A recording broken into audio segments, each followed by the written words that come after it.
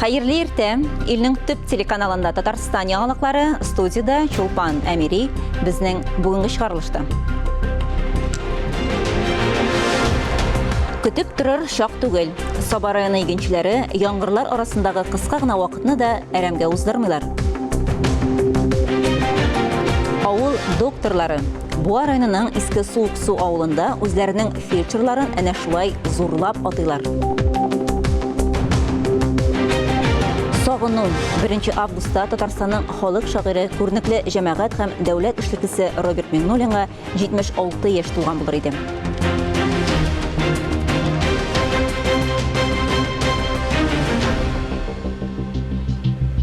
Җәйнең соңгы аена августка аяк бастык.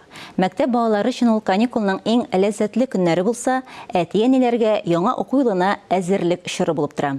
Мәктәп формасын, аяк киемнәрне, кирәкле канцелярия әйберләрен әзерләү төп мәшәкатьләрнең берсе. Ә инде һава торышына килсәк, август аенда көннәр сүрелә, ә басуларда эш кайный башлый. Халык сынамышларына карасак, августның 1 атнасында тотрыклы һава торышы сакланса, кыш озын һәм карлы булыр дигәннәр.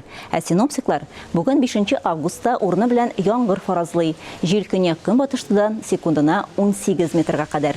Көндез һава температурасы 25 градус жылы, иртәгә исә 6 августта янәдән яшенле яңгырлар булу көтелә. Август айы игенчеләребез өчен аеруча җаваплы чор. Барлык районнарда да урып җыю кампаниясын уңышлы үткәрү бурычы тора. Әйтик, Соба районында кырлардан икмәкнең әле шириге генә җыеп алынды. Бу көннәрдә төп көч язгы культураларга юнәлдерелгән. Бер үк вакытта печән, салам әзерләү дәвам итә. Киләсе язмабыз Соба районыннан. Күктәге болытлар игенченең эш графигын көйли. Һава торышы уңай торганда бөртеклеләрне югалтуларсыз җыеп алырга кирәк. Biz endi bu basını ikiye bölgen idik. Özümüzge kızıksını üçündəgin 60 hektar mına irte sırıklarda çeştik. Tağın 40 hektarını indi soğurak. Soğurak çeşken bası mının kolğanı üçünde küpke yakşı bu жерге qaraganda. Кышны иркен чыгар өчен 30 мең центнер икмәк кирәк. Хуҗалык әлбәттә бу саннарны күпкә арттырып уңыш җыеп ала. Узган елгы 48 мең центнер азык запасы бүгенгә кадәр дә шактый сакланган әле. Соңгы көннәрнең яңгырлары туфракка яхшы үткән. Бөртеклеләрнең дымлылыгы да шуңа күрә шактый югары. Әмма кояш чыкканын көтәр чак түгел. Истән явып тормаганда көннәрне бушка уздырып булмый диләр. Терлек азыгы әзерләү кампаниясында катнашучы һәр хезмәткәр дә алыштыргысыз. Илһам Әхмәтханов 7нче сыйныфта укыганда ук комбайнчы ярдәмчесе булып эшли башлый. Минем шушы бер техника менә, мин яз көне тотынабыз без. Кар бетүгә узымнар ниләрне, күп еллыкларын тукландырырга, аннан соң чәчүгә китеп китәбез шуннан. Бу ашлык киптерү комплексы әлегә Татарстан Республикасында бердән-бер. Аны Барнаулда җитештерәләр. Зөфәр Мөхәммәтшин бу комбинацияны Россия күргәзмәсендә күреп кайтканнан соң үзендә булдыру уе белән яши башлый. Уйда булган менә шулай чынга аша.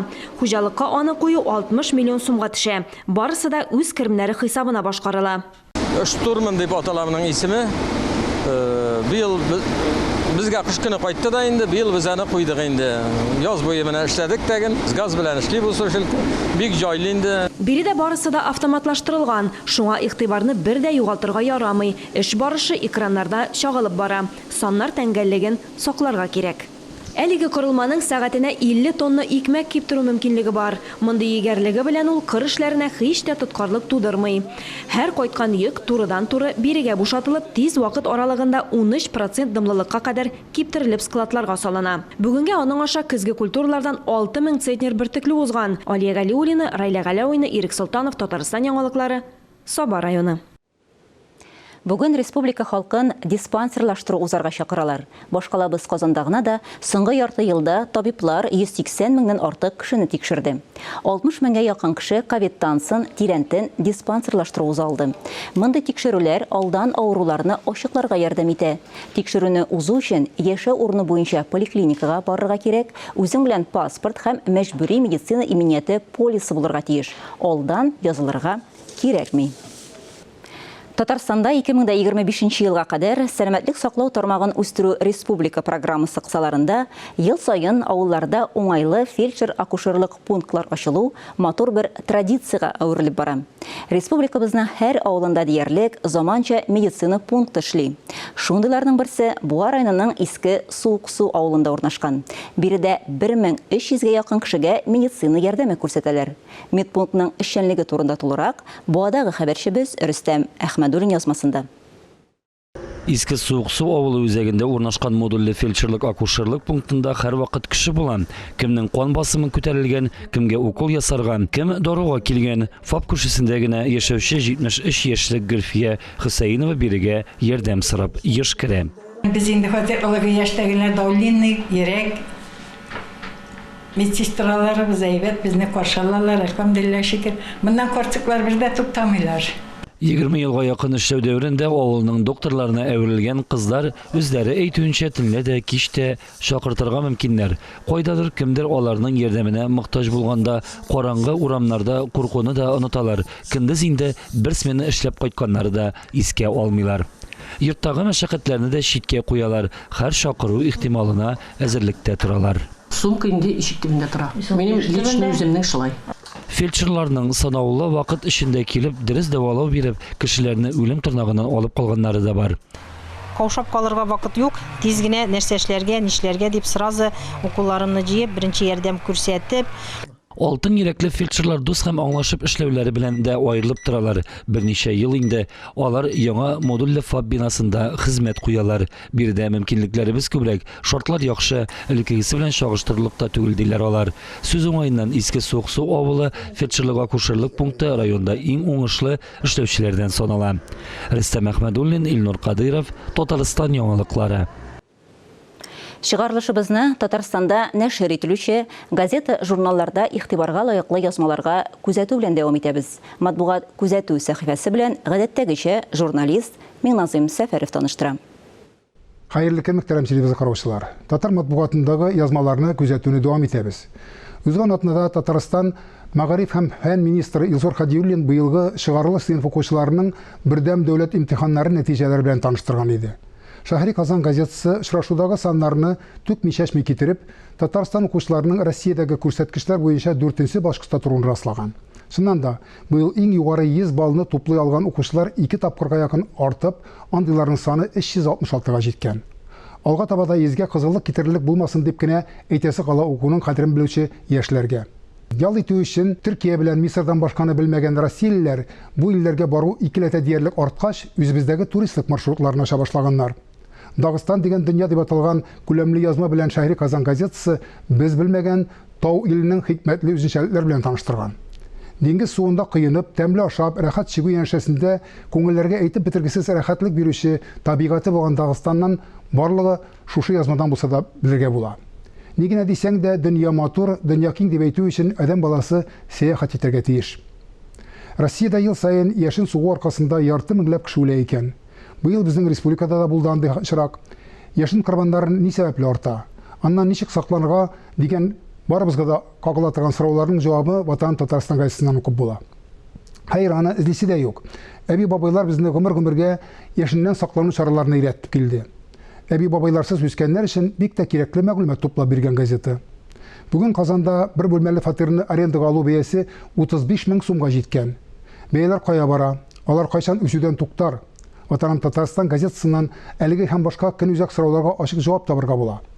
Хөкүмәтнең ипотека ставкаларын күтәрүе шундый хәл китереп чыгарган икән. Ушлы яшьләр исә хәзер ипотека камытын кигәнче фатирлы арендага алу күпкә файдалырак дигән нәтиҗәгә килгән. Үзегез беләсез, сораучылар арткан саен бәя дә күтәрелә. Нишләмәк кирәк? Бу базарның төп кагыйдәсе. Быел мәктәпкә барасы балалары булганнар өчен газетадагы кисәгенә чыдасын дигән язманы укып чыгуда артык булмас. Анда бәяләр хакындагы мәгълүмат янәшәсендә ата-аналар кылагына киңәш табышлар да урын алган. Матбугатны кызык эзләп кенә түгел, яшәргә ярдәмлек дип укучылардан булсак дигән теләктә бүгенгә сезнең белән саубуллашам, исәнлектә күрешик. Бүген 5 августта Алабуга дәүләт музей тыюлыгында халыкара яшьләрнең иҗади лабораториясе эшли башлый. Быел ул гаилә елына багышлана. Иҗади очрашуга Санкт-Петербург, Уфа, Чаллы, Беларусь һәм Төркиядән 18 катнашучы җыелыр дип көтелә. Иҗади лабораториядә төрле мастер-класслар уздыру каралган. Гомуми экспозиция һәр халыкның кәсебе нигезләре белән танышырга да мөмкинлек бирәчәк. Эфирда Татарстан яңалыклары, чираттагы хәбәрләргә күчәбез. Тиздән, ягъни 21 августтан 25-сенә кадәр Башкалабыз Казанда 9-нчы Бөтендөнья татар яшьләре форумы уза. Анда 25 чит илдән Россия төбәкләренә һәм Татарстаннан 600-гә якын татар яшьләре катнашыр дип көтелә. Форумда катнашучыларга бай эчтәлекле программа әзерләнгән.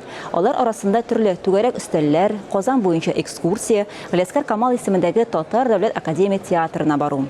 9-нчы Бөтендөнья татар яшьләре форумының пленар утырышы 25 августка билгеләнгән. Үткән атна азагында татар теленә өйрәтүгә һәм татар мәдәниятен үстерүгә багышланган «Үз телем» дип исемләнгән конкурсның финалы булып узды. Казан шәһәре мэриясе тарафыннан оештырылган әлеге бәйге турында тәфсилләбрәк сөйләшү өчен без бүген студиягә Казан шәһәре башкарма комитетының тел мәдәнияте өлкәсендә милли сәясәтне гамәлгә ашыру бүлеге җитәкчесе Айсылу Лерон белән бәйгедә җиңеп чыккан проектның авторы Гөлнур Фахруллинаны чакырдык. Актуаль әңгәмә сәхифәсен журналист Миңназыйм Сәфәров алып бара. Хәерле көн Айсылу ханым, хәерле көн Гөлнур ханым. Хәерле көн. Быелгы бәйгенең үзенчәлекләре турында кыскача таныштырып китсәң иде Айсылу. Үз телем бәйгесе Казан мэриясе тарафыннан 3-нче мәртәбә үткәрелә бит инде. Аның төп максаты туган телебезне өйрәнүнең кызыклы, үзенчәлекле, заманча форматларын, дидер ысулларын табу һәм быелгы үзенчәлекләргә килгәндә менә безгә 80-ннән артык гариза килде. Ниһаять безнең мәктәп укучылары активлаша башлады. Чөнки безнең 5-нче сыйныфтан алып, менә шушындый шарт буенча бит мөмкинлек бар Казан укучыларына катнашырга. Һәм ниһаять безнең мәктәп укучылары да бу проектка кызыксыну табып инде үзләренчә проектларын тәкъдим итә башладылар. Һәм менә финалистлар арасында да мәктәп укучылары бар иде. Бу бик шатландыра. Димәк, алар да битараф түгел, димәк, алар да кызыксыналар, алар да инде үз эшләрен кертмәкче булалар һәм чыннан да бу инде зур тәҗрибә алар өчен дә. Төрле проектлар килде безгә бу юлы. Мәсәлән, дидер чараларга багышланган финалистлар бар иде, проектларын тәкъдим итүчеләр, мәсәлән, анда концерт, булсын, спектакль, дидер шушындый вакыйгалар, кызыклы вакыйгалар булдыручы, шушындый темаларны тәкъдим итүчеләр дә күп иде, байтак иде. Шул ягы белән аерыла безнең быелгы конкурсыбыз, чөнки алдагы елларда күбрәк китапларга өстенлек бирелә иде. Әлбәттә, китаплар алар ел саен тәкъдим ителә төрле форматта. Быел да безнең җиңүчеләр арасында шундый финалистларыбыз бар. Шушы финалистлар арасыннан җиңүчеләрне сайлап алдык. 6 җиңүчебез бар. Аларга инде шушы проектларын тормышка ашыру өчен финанс ярдәм күрсәтеләчәк. Ел азагына хәтле алар бу проектларын тормышка ашырырга тиеш булачаклар. Ел азагына кадәр име? Тагын ярты елга түгел, ел азагына кадәр. Ел азагына кадәр һәм инде киләсе ел башында без яңадан жюри әгъзаларын да җыеп, масса күләм мәгълүмат чаралары вәкилләрен җыеп, шушы проектларны инде әзер проектларны тәкъдим итәчәкбез. Менә таныштырачакбыз, кулланыгыз, файдаланыгыз, барыгыз, карагыз дигән шикелле менә шушындый әле безнең тагын бер чарабыз көтелә. Тамашачылар аңлаганнардыр инде, безнең ике ханымның берсе, җиңүчеләрнең берсе дип аңларга кирәкме? Гөлнур ханым. Микробиологның исәнме микроб дип әйтүе инде ул гайри табигый хәл түгел шикеллеме? Шулай да нәрсәсе белән алдырдыгыз жюри әгъзаларын? Үзегезнең проектны яклаганда. Үз телем бәйгесендә катнашу өчен менә минем 3 төп сәбәп бар иде. Беренче исә ул Татарстан китап нәшриятьләрендә дә, Татарстан китап кибетләрендә татар телендә фәнни популяр басмалар аз диярлек. Без шундый заманда яшибез, көн саен да диярлек безнең фәнни ачышлар була. Ләкин татар телендә балаларга, микробларга кагылышлы бер китап та юк. Бу бер сәбәп икән. Икенче сәбәп ул балаларның микроблар турында кызыксынуы. Менә үз телем бәйгесе кысаларында мин социаль челтәрләрдә сораштыру да уздырган идем. Балалар әти-әнисенә, якыннарына микроблар турында күп төрле сораулар яудыра икән. Мәсәлән, микроблар нәрсәгә охшаган, микроб ни өчен кирәк, шундый кебек сораулар. Балалар кызыксынар, димәк икән, китапка да ихтыяҗ бар. Һәм өченче сәбәп ул балаларның күбесе микроблардан курка. алар фикеренчә, микроблар бары тик зарарлы дигән фикердә. Файдалы микроблар турында белеп бетермиләр дә. Бу мине инде микробиолог буларак горләндерде дә һәм үз телем бәйгесендә менә катнашу өчен этәргеч тә булды. Минем менә бу кечкенә генә микроблар дөньясы турында аларның файдалы якларын күрсәтәсе, аларны танытасы килде. Татар баласына да менә андый китап кирәк дигән фикер туды. Үзегезнең балаларыгыздан чыгып итәсезме сез менә әллә сораштырудагына чыгыпмы сез бит хәтеремгә алышмаса 2 бала нисәдә бит әле? Әйе, улыма Шамилгә 5 яшь, кызыма исә 1 яшьтә 9 ай. Улым инде минем бик кызыксынучан. Без аның белән көн саен да диярлек китап укыйбыз. Аеруча ул табигать белән кызыксына, табигать турындагы китапларны ярата. Ул 3 яшьтән диярлек инде микроблар белән кызыксына башлады. Улымнан да чыгып әйтәм һәм менә сораштыру нәтиҗәсе нигезләнүләренә дә карап менә шундый нәтиҗәгә килдем. Бик рәхмәт. Айсылу ханымы 21 елдан бирле үткәрелүче бәйгедә җиңеп чыккан проектларның тормышка ашыруы бит инде күренеп тора. Алар китап булып басылдылар, мультфильм булып, фильмнар булып. Менә аларның тормышта үз урыннарын табуын күзәтеп барасызмы сез? Әлбәттә, без күзәтеп барабыз. Безнең өчен мөһим аларның. Без алар эшләдек тә, җиңдердек тә, шуның белән кулларыбызны юдык түгел. Түгел. Без һәрвакыт беренчедә алар белән элемтәдә. Аларның соцшелтәрләрдә алып баралар күбесе үз проектларының ниндидер анда сәхифәләрен без күзәтеп барабыз. Нинди уңышларга ирешәләр. Һәрберсе тырыша презентациясын үткәргә, аерым үзләренең проектларының күрсәтергә, кайдыр сатуга бәйле булса, ниндидер алар ярминкәләрдә катнашалар актив рәвештә. Китап булса тарату мәсьәләсе. Тарату мәсьәләсен без күрәбез. Алар белән бик тырышканнары бар. Алар өчен бигрәк тә сөенәбез. Чөнки алар чыннан да белән янып, киеп яшьләр үз проектлары белән һәм аларны без һәрвакыт финалистларга да үрнәк итеп күрсәтәбез. Менә алар шикелле эшләргә кирәк, чөнки проектны эшләп кенә әле эш бетте дигән сүз түгел, аны танытырга кирәк. Бу бик зур эш, таныту үз эшеңне. Башкалар күрсен, белсен, куллансын. Чөнки бит инде файдалы булырга тиеш безнең бу күмәк эшебез. Аның нәтиҗәсе һәр кемгә дә файда китерү, тарату, таныту, туган телебезне үстерү, мәдәниятебезне үстерү. Амин, шулай булсын. Шуннан да бүгенге проектларда үткәннәре дә безнең татар телле балаларына түгел, гомумән балаларга дөньяны танып белү өчен, телне өйрәнү өчен, мәдәниятебезне өйрәнү өчен үлге булсын иде алга таба да. Алла бирсә шулай булыр. Рәхмәт. Исәнлектә күрешик. Рәхмәт. Чыгарылышыбызны татар халкының күренекле шәхесләренә багышланган сәхифә белән дәвам итәбез. Бу көннәрдә, ягъни 1 августта, Татарстанның халык шагыйре, журналист, җәмәгать һәм дәүләт эшлеклесе Роберт Миңнуллинның тууына 76 ел булды. Күренекле шагыйр өлкәннәр һәм балалар өчен дә бердәй талантлы әсәрләр иҗат иткән шәхес. Башкортстанның Илеш районы Шәммәт авылында Роберт Миңнуллинга багышланган мемориаль музей ачарга җыеналар. Музей 2 республика ярдәме белән төзелә.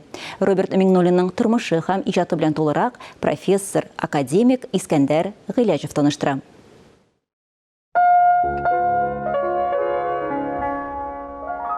Күренекле татар шагыйре, журналист, җәмәгать һәм дәүләт эшлеклесе Роберт Мөгаллим улы Миңнуллин 1948 елның 1 августында Башкортстанның Илеш районы Нәҗәде авылында колхозчы гаиләсендә туа. Балалык чоры Шәммәт авылында уза. Мәктәп елларында ук шигырьләр яза башлый. Әтисе сыйырын сатып, җырчы улына гармун алып бирә. Әмма гармун моңын ачы хәсрәт үзә. Мөгаллим агай мәңгелеккә күчкәндә Робертка балаларның иң өлкәненә нибары 11 яшь була. 5 баласы белән тол калган әнисе Гөлҗәүһәр апаның төп терәгенә әверелә ул.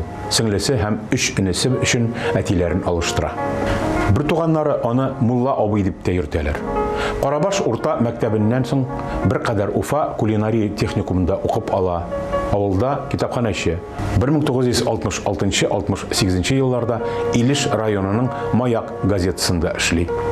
Студентлык чорында яшь шагыйрьләрнең Бөтен Союз фестивалендә катнаша.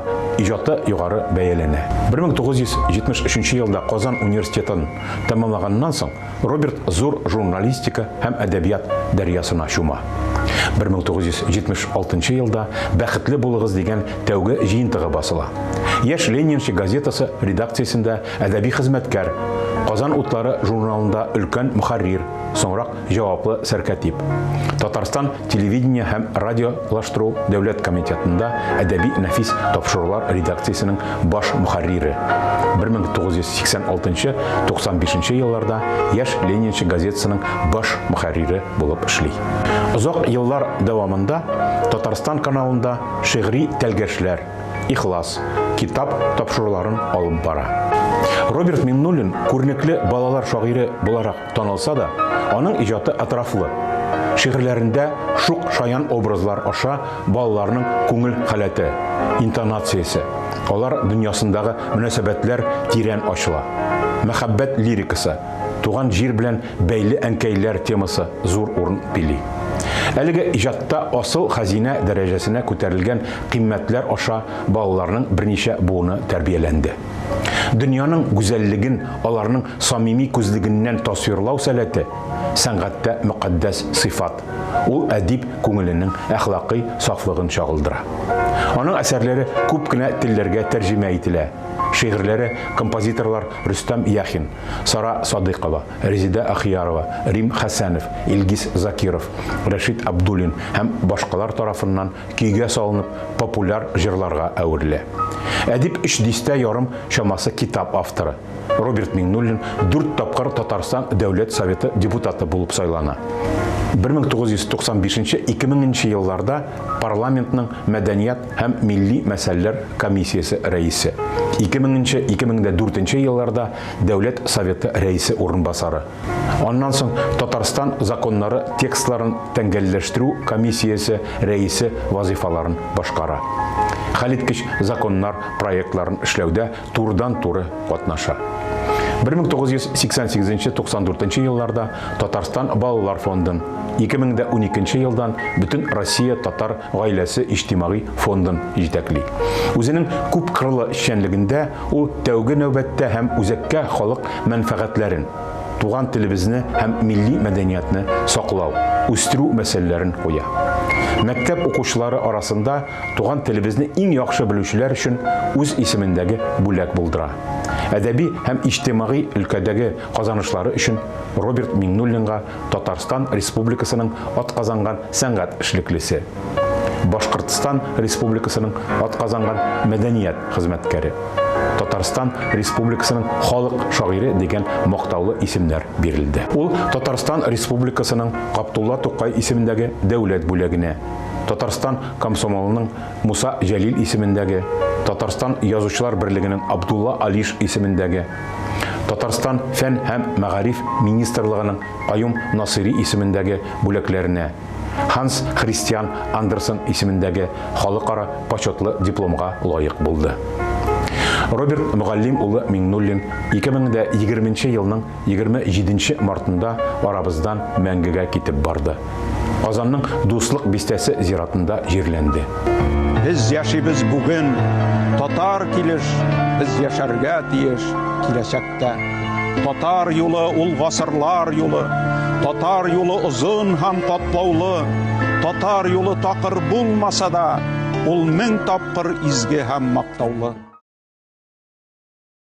Хөрмәтле телевизор караучылар, бүгенге яңалыклар чыгарылышы тамам. Берничә минуттан соң эфирне хәерле көн Татарстан тапшыру дәвам итә. Игътибарыгыз өчен рәхмәт.